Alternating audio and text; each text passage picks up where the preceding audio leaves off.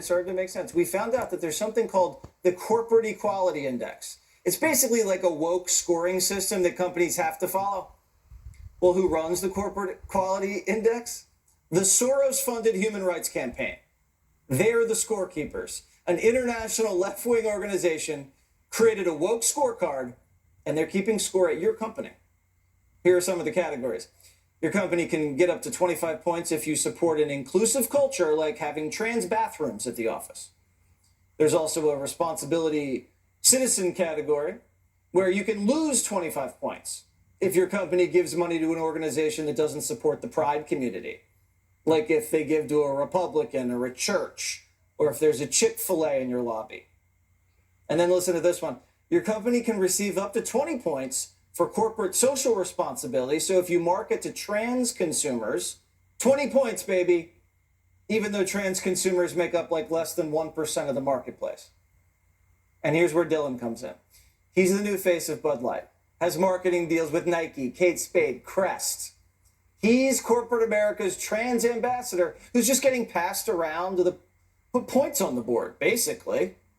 So these companies can look inclusive to some radical left-wing international organization that hates America and us. James Lindsay is a political podcaster. James, this scorecard, why do companies even care what their score is?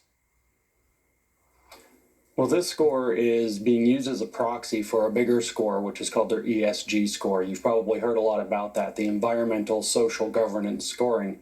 Well, they have lots of ways to understand what do your emissions look like, what kind of carbon do you make, to put code to that E part of the score. And they know all kinds of ways to measure how many woke people do you have on your corporate board, to measure what you're doing in your G score. But measuring that S score is a little harder. And this tool, the Corporate Equality Index, lets them put numbers behind the S score. So companies will send the number of trans or minority or basically every sort of victim or whatever personality that they have, plus they'll say we have this many transgender bathrooms, or we'll never even think about donating to the NRA. And that boosts their score? Yeah, that boosts their score, but the HRC actually sends people to corporate headquarters to talk over different agenda items that they can do. That corporate responsibility that they're expected, that social responsibility they're expected to meet, usually includes specific demands that they have to meet in any given year. You need to advertise this way, you need to give away free products to pride activists of this sort.